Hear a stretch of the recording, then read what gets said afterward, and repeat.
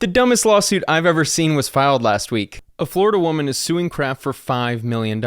Some of you watching outside of the US don't realize that the quickest way to becoming a millionaire is not buying a fake guru course, it's filing a lawsuit against a large corporation. The lady is saying Velveeta microwave mac and cheese takes longer to make than advertised. Welcome to America, where we are gun happy, our biggest criminals get rewarded with TV interviews, and lawsuits are just a way of handling a disagreement. Amanda Ramirez is filing on behalf of herself and others in a class action lawsuit against Kraft Heinz Foods Company. Kraft Heinz is still a $48 billion company in 2022, even though their company has lost nearly 50% of its value in the last 5 years. They've generated $435 million in net sales in the last quarter. This is a massive company that has its own legal department. Fighting against a massive corporation is a losing war unless you're looking for a quick settlement. We'll see if she has a case. The product in question is their microwavable single-serve cups of mac and cheese represented as being ready in 3.5 minutes. The statement of ready in 3.5 minutes is false and misleading because the product takes longer than 3.5 minutes to prepare for consumption. My first reaction to this is that it's upsetting to me how fake gurus and social media fraudsters can use misleading and false advertising to create actual customer damages and never face any lawsuits. But a lawyer will take on a class action lawsuit for a stupid mac and cheese product because it takes longer than 3.5 minutes to prepare. This lawyer actually wrote out the directions to making this mac and cheese. Consumers seeing ready in 3.5 minutes will believe it represents the total amount of time it takes to prepare the product, meaning from the moment it is unopened to the moment it is ready for consumption. I decided to make a Velveeta mac and cheese packet to test how long it would actually take to make one of these nutritionally awful snacks, only 4 minutes and 16 seconds. The label does not state the product takes 3.5 minutes to cook in the microwave, which would have been true. If you add up all of the extra time it took to make the mac and cheese, it won't add up to match the time of the court system she'll waste. She is asking for more than $5 million.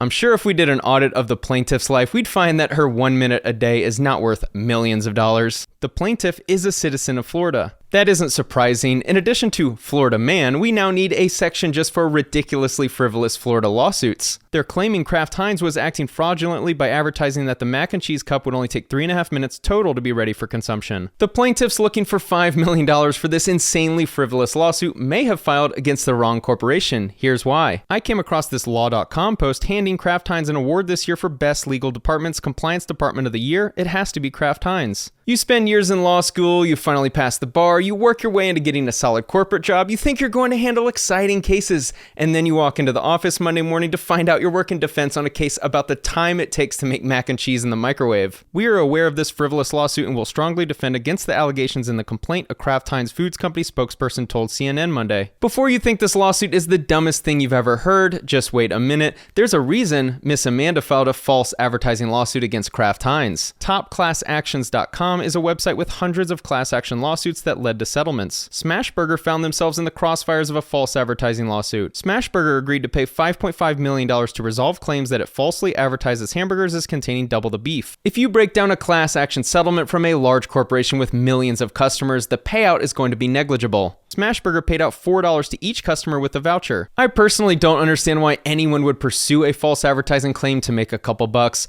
Lawyers obviously file because all they need is one to pay out, and their 30% fee is life-changing money. Texas man sues woman for texting and date. The BBC reported that Mr. Vesmar filed a petition in the state capital of Austin last week seeking $17.31, arguing his date's behavior was a threat to civilized society. This man's date began texting in the movie theater and he asked her to go outside. She went outside and decided to never return. He texted her afterwards, indicating he was upset that he needed to find a ride home. Then he sent a long text about wanting his money back and how he'd sue her in court. Inside Edition was able to convince the two parties to show up at the theater where the first date took place so she could pay him back. The victim in this story was able to get paid back, although $17.31 is not exactly a lot of money. But in this next case, the victims are unfortunately probably not getting paid back at all. Mr. Jones files for bankruptcy, owing nearly $1.5 billion to Sandy Hook families. In what was one of the most publicized trials in America in 2022, and certainly not frivolous, the conspiracy theorist eventually lost the case and would hopefully do right by the victims and pay them the damages determined by the judge. Unless the bankruptcy court figures out where his money is and who to give it to, we won't know what the Sandy Hook families actually get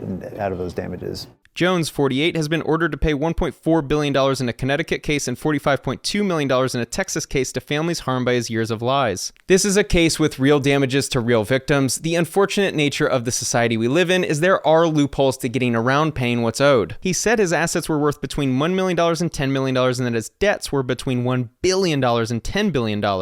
I'd like to think people are aware that he won't be able to fully pay the $1.5 billion owed because there's no way he'll ever earn that much, but I think we all agree that he should be forced to liquidate essentially everything he owns and pay restitutions for the rest of his life. Ahead of his trials, Jones began transferring millions from free speech systems to other companies he, his family, or friends are affiliated with, the Washington Post found. He has accrued wealth from InfoWars and the sale of dietary supplements. Once Jones got into the supplement selling business around like 2013, 2014, 2015, his business started getting really big. InfoWars brings in, on a typical year, like at least $70 or $80 million in supplement sales revenue. I hope that his loophole dancing of filing bankruptcy to avoid paying his judgment doesn't work in his favor. He makes a lot of money, and I think it's fair for the victims to demand he pays every dollar in net profit from his businesses to the victims for the rest of his life. Provides the supplements that Jones sells on his show to Jones's company. But right in the middle of his cases against the Sandy Hook folks, when he started losing, his main company announced in bankruptcy that they owe the supplement company more than $50 million.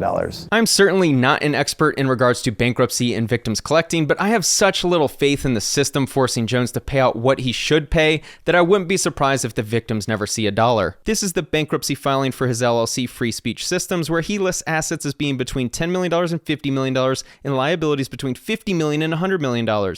Of course, Jones does not have outstanding liabilities more than his assets, but it appears to be a little game he's playing to shield his money away from going to the victims. Money due to PQPR is over $23 million, and a note due to PQPR is nearly $54 million. The LLC made $65 million in 2021 and $14.3 million in the first 5 months of 2022. Jones makes a lot of money. He is definitely not bankrupt outside of his judgments. The American judicial system will hold Jones accountable, and we will never stop working to enforce the jury's verdict. What's unfortunate about our legal system is a lady might get paid a settlement for filing a lawsuit complaining about the preparation time to make macaroni and cheese, while a media mogul causing real harm may be able to bankrupt his way to never paying a dollar to the victims. Thanks for watching.